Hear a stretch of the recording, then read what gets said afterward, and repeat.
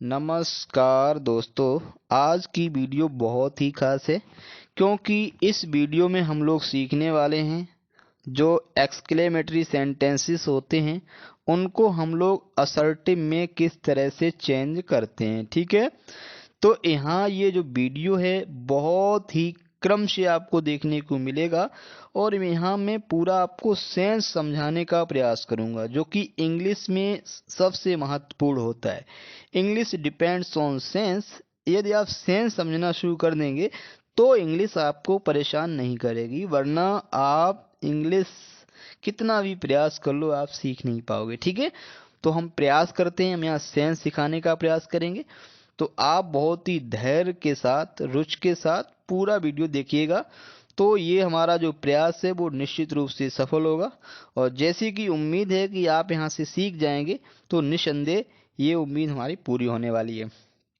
देखो, how beautiful the Taj is. तो सबसे पहले देख रहे हैं हाउ ब्यूटीफुल। हाउ ब्यूटीफुल मतलब कितना सुंदर द ताज इज, यानी कि जो ताज है, यानी ताज का मतलब ताजमहल। जो ताजमहल है वो कितना सुंदर है, तो वो यहाँ पे पूछ नहीं रहा बल्कि ये बता रहे कितना सुंदर, यानी कितनी अच्छी बात, तो यानी बहुत अच्छी बात। कितना सुंदर मतलब बहुत सुंदर। अब देखो यहाँ पे आपने सेंस ले लिया, कितना सुंदर का मतलब यहाँ पे है बहुत सुंदर। ठीक है, अब हम असर्टिव बना रहे हैं तो कोई दिक्कत नहीं। असर्टिव में सबसे पहले क्या होता है, सब्जेक्ट होता है जो इसमें लगा हुआ है द ताज, तो आप द ताज रख देंगे, कोई दिक्कत तो है नहीं इसमें। ठीक है, इस सब्जेक्ट के बाद आपको चाहिए वर्ब जो इसमें आपकी लगी हुई है इज। ठीक है, अब आप यहाँ पे देख रहे बच्चा है हाउ ब्यूटीफुल। हाउ ब्यूटीफुल का यहाँ पे मतलब आ रहा है वेरी ब्यूटीफुल, तो यानी कि जो हाउ है उसको आप वेरी में यहाँ चेंज कर देंगे। ठीक है, और आप ब्यूटीफुल को ब्यूटीफुल यहाँ पे लिख देंगे और इस तरह से वाक्य आपका पूरी तरह से यहाँ पे असर्टिव बन चुका है, तो यहाँ पे आप फुल स्टॉप लगा देंगे। ठीक है, यहाँ पे आप देख रहे हैं मार्क्स ऑफ एक्सक्लामेशन था तो आपने फुल स्टॉप लगा दिया, बन गया आपका वाक्य। ठीक है, अब देखो यहाँ भी सेंस लेंगे। हाउ पुअर, कितना गरीब आई एम, मैं हूँ, यानी कि मैं कितना गरीब हूँ यार। तो यानी कि यहाँ पे पूछ नहीं रहा बल्कि ये बता रहा है कि मैं बहुत गरीब हूँ। तो यहाँ आप देख रहे हैं सब्जेक्ट हमारा आई है, आई के साथ एम लगता है, उसमें लगा भी है। ठीक है, हाउ पुअर को आप कर देंगे वेरी पुअर में, कोई दिक्कत हमें लग नहीं रही है यहाँ पे। तो आप इन चीज़ों को क्रम से सीखेंगे तो I think there will be no problem. ठीक है, आप देखो अगला, how dangerous a lion is, यानी कि हाउ माने कितना खतरनाक, डेंजर मतलब खतरनाक, ए लॉयन मतलब शेर, इज माने होता है, यानी कि एक शेर जो होता है कितना खतरनाक होता है। तो यहाँ पे मतलब है कि जो शेर होता है, एक शेर बहुत ही खतरनाक होता है। तो आप शुरुआत करेंगे ए लॉयन एज, और हाउ डेंजरस को आप बदल देंगे वेरी, और वेरी के बाद यहाँ पे आप डेंजरस लिख देंगे और लास्ट में यहाँ फुल स्टॉप लगा देंगे। ठीक है, बढ़ते हैं आगे, देखते हैं how fearful the night was. How माने कितनी, फियरफुल मतलब भयानक, नाइट माने रात, वॉज माने थी, यानी कि रात कितनी भयानक थी। तो इसका मतलब जो रात थी बहुत ही भयानक थी। तो आप किस तरह से बना देंगे, द नाइट, देखो इसमें हम कुछ अलग नहीं कर रहे हैं, सब कुछ लगा हुआ है। ठीक है, the night was, how fearful को आप बदल देंगे वेरी, और इसके बाद में यहाँ पे आप लिख देंगे फियरफुल, फियरफुल। ठीक है, और यहाँ पे आप फुल स्टॉप लगाएंगे। ठीक है, अब हाउ फास्ट, कितना तेज ही रन्स, वह दौड़ता है, यानी वह कितना तेज दौड़ता है। यहाँ मतलब है कि वह बहुत तेज दौड़ता है, तो इसका सब्जेक्ट आपका ही है और वर्ब आपकी रन्स यहाँ पे लगा देंगे और हाउ फास्ट को आप चेंज कर देंगे वेरी फास्ट। तो यहाँ अगर आप जल्दबाजी में नहीं होंगे, जैसे हम आपको पढ़ाने की जल्दबाजी में नहीं है, उसी तरह से अगर आप पढ़ने की जल्दबाजी में नहीं होंगे तो मैं दावे के साथ कह रहा हूँ यहाँ आप 100% सीख जाएंगे। और यहाँ ऐसा भी मान सकते हैं कि अगर आप यहाँ नहीं सीख पाए तो हमें लगता है कि शायद कहीं सीख पाओ। ठीक है, अब देखो हाउ ओल्ड, हाउ माने कितना, ओल्ड माने बूढ़ा, ही माने वह, लुक्स माने दिखता है, यानी वह कितना बूढ़ा लग रहा है, यानी कितना बूढ़ा दिखता है। ठीक है, तो यानी कि यहाँ पे ही लुक्स माने दिखता है। ठीक है, कैसा दिखता है, वेरी ओल्ड। हाउ ओल्ड का मतलब वेरी ओल्ड दिखता है। ठीक है, तो यहाँ पे ये चीज़ें अगर आप सीख लेंगे तो डायरेक्ट इनडायरेक्ट जो बनाते हैं वहाँ भी इन चीज़ों को आराम से सीख जाएंगे। ठीक है, तो यहाँ आपका क्या हो जाएगा, हाउ लुक्स पूरा यहाँ पे बना रहेगा, ये हटेगा नहीं। आगे बढ़ते हैं, यहाँ पे देखो, अब देखो यहाँ मिल रहा है व्हाट, यानी अभी तक आप देख रहे थे हाउ और यहाँ पे आपको देखने को मिल रहा है व्हाट, सब में व्हाट लगा हुआ है। तो व्हाट वाला भी आपका इसी तरह से बनता है। देखो, what A bird it was, क्या चिड़िया थी।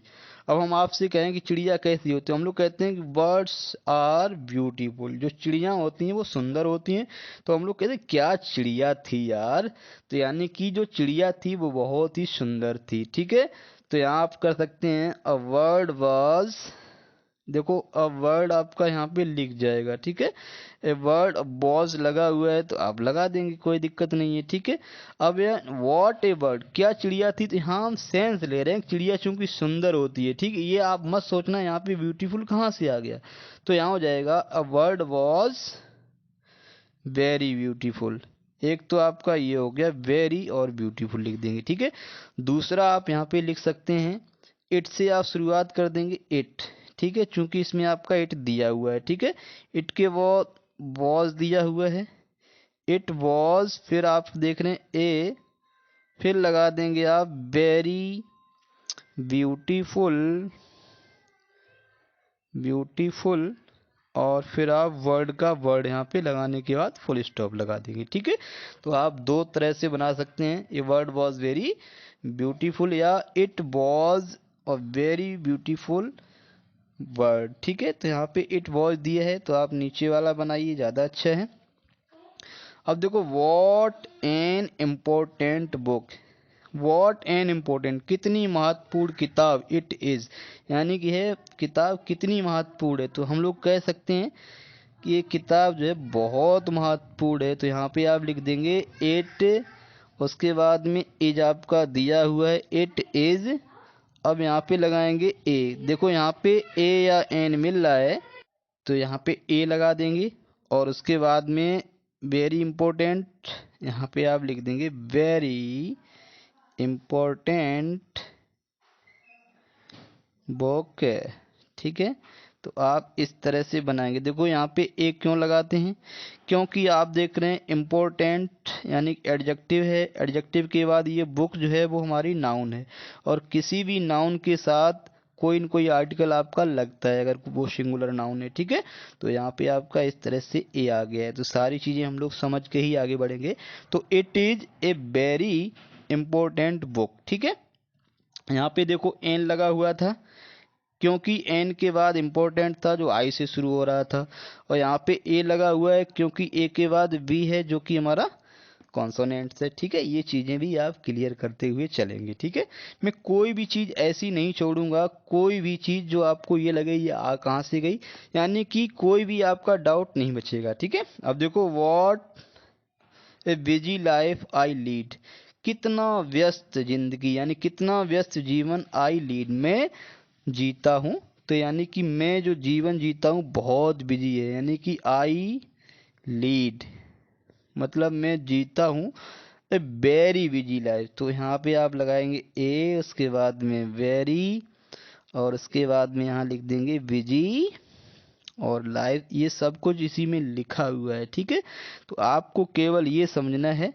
कि इस तरह के जो वाक्य होते हैं वो हमारे किससे बनते हैं। ठीक है, तो यहाँ आप देख रहे हैं वेरी, और फिर आगे बढ़ेंगे तो कुछ चीज़ें और दिखाई पड़ेंगी। देखो यहाँ आप समझने का प्रयास करेंगे, वॉट ए सीन, इन सभी में आप अगर देख पा रहे हैं तो कोई भी सब्जेक्ट नहीं दिया है ना ही वर्ब दी हुई है।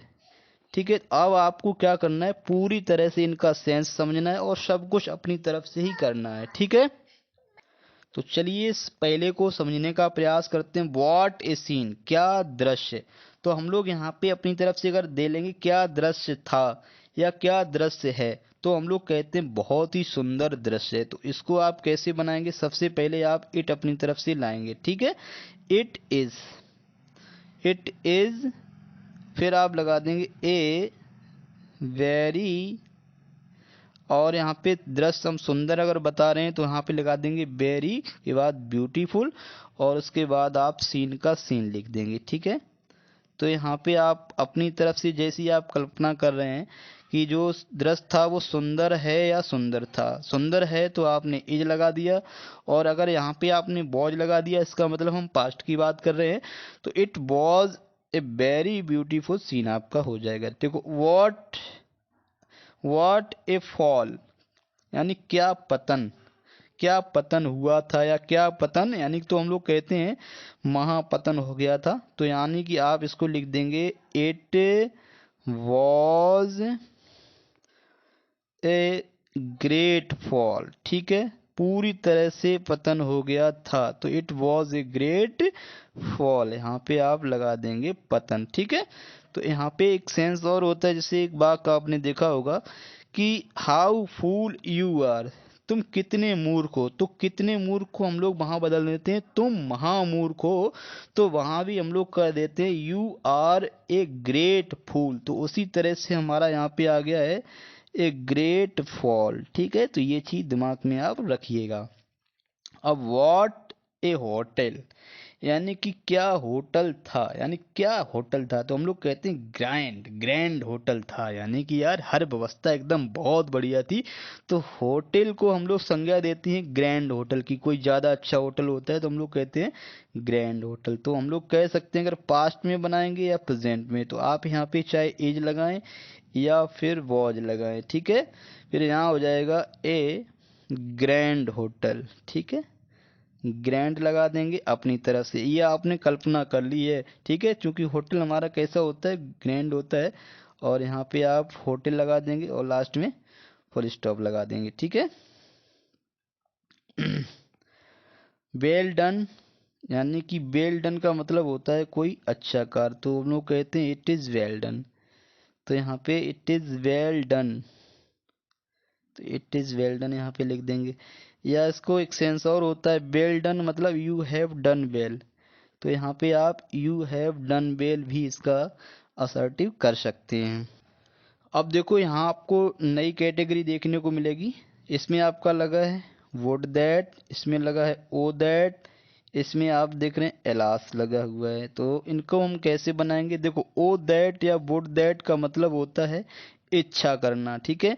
तो हम लोग क्या करते हैं, इनको सबसे पहले जो वुड हमारा लगा है उसको हम लोग बदल लेंगे आई विश, आई विश। देखो यहाँ पे ऐसा क्यों कर लेते हैं, अब जैसे अगर हम बाग को पढ़ें तो क्या निकल के रहे, वुड दैट, यहाँ पे बी की जगह आप मानेंगे ही, ठीक है। वुड की जगह आप ही, यहाँ पे एच पढ़ेंगे।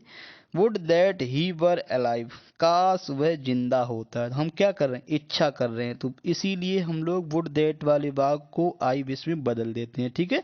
और उसके बाद में शेष पार्ट को वैसा ही लिख देंगे, आई विश दैट, और फिर आपका हो जाएगा ही वर, और उसके बाद में अलाइव को अलाइव लिख देंगे, ठीक है। लास्ट में फुल स्टॉप लगा देंगे, ठीक है।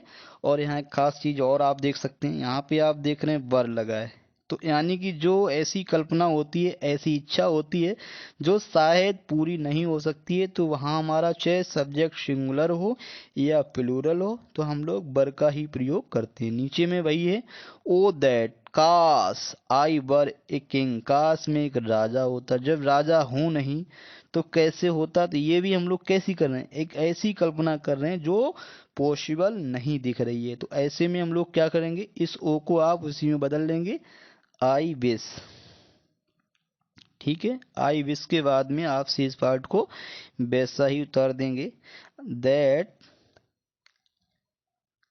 फिर आप लिख देंगे आई, और उसके बाद में वर, एक किंग को आप एक किंग लिख देंगे। ठीक है, तो आप सारे ये इतनी हम प्रैक्टिस करा रहे हैं तो आप 100% सीख जाएंगे। अब देखो यहाँ पे अगर एलास लगा हुआ है तो एलास का मतलब होता है हाय।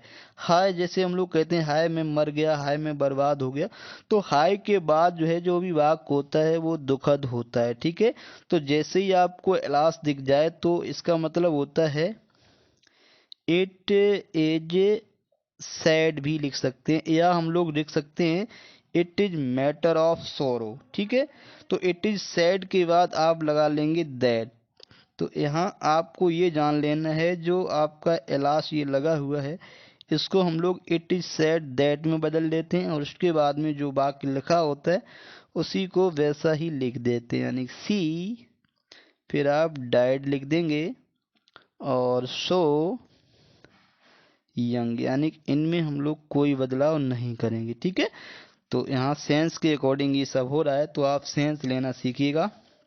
देखो हुर्रा, हुर्रा आपने देखा हो ये सिंबल होता है खुशी का। अगर कोई जीत जाता है हु हा हम जीत गए, हम जीत गए, ओए होए हम जीत गए, ऐसा सेंस रखता है। ठीक है, तो यहाँ पे हुर्रा आ जाए तो इसका मतलब होता है इट इज जॉयफुल, तो यहाँ पे आप जॉयफुल में बदल देते हैं। ठीक है, तो हुर्रा का मतलब होता है जॉयफुल, यानी कि ऐसी परिस्थिति होती है जो खुशी का पल होता है। तो इट इज जॉयफुल ये आनंद से भरपूर है कि, तो यानी कि हुर्रा को आप इट इज जॉयफुल दैट में बदल देते हैं। ठीक है, या हम इसी को बदल सकते हैं it is matter of Joy कर सकते हैं, it is matter of Joy. ठीक है, और उसके बाद में पूरा वाक्य आप वैसा ही उतार देंगे we have won the match, full stop लगा देंगे। ठीक है, अब देखो अगर ब्रावो लगा हुआ है, ब्रावो का मतलब होता है शाबाश, you have top the class, तुमने क्लास को टॉप किया है। तो यानी कि हम लोग जब शाबाशी देते हैं तो हम लोग लिखते हैं it is matter of praise. ठीक है, मैटर लिख लेंगे ऑफ, क्योंकि ब्रेवो मतलब शाबाशी, हम शाबाश कह रहे हैं इसका मतलब हम प्रशंसा कर रहे हैं, तो इसीलिए हम लोग यहाँ पे लगाते हैं it is matter of praise. Praise माने होता है प्रशंसा करना, और उसके बाद में आप दैट लगा लेंगे।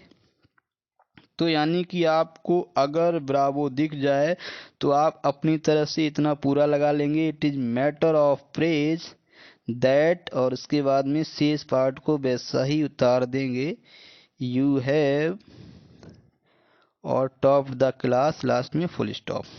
अब देखो यहाँ समझने का प्रयास करेंगे। ए संत मतलब एक संत, संत का मतलब साधु आप समझते ही हैं, और एफ्रेड ऑफ घोस्ट। अब देखो यहाँ अगर आप सेंस समझ लेंगे तब तो ये बदलाव होने वाला है, सब समझ में आ जाएगा। एक जैसे संत है, एक साधु है, तो साधु क्या करता है भगवान की पूजा करता है, और जो भगवान की पूजा करता है उसे भूतों से डर नहीं लगता है। ठीक है, यानी कि जो भक्त होता है वो भगवान के करीब रहता है, और जो भगवान के करीब रहता है उसके पास भूत कभी जाते नहीं। अब यहाँ पे देखो सेंस क्या है, एक संत है और एफ्रेड ऑफ घोस्ट, और वो क्या कर रहा है, एफ्रेड है, भयभीत है, भूतों से डर रहा है। तो ये क्या है, ये बहुत ही विचित्र बात है, जबकि हम लोग कहते हैं एक संत को तो भूतों से डरना ही नहीं चाहिए, और यहाँ पे एक संत है और वो भूतों से डर रहा है, तो इसका मतलब है इट इज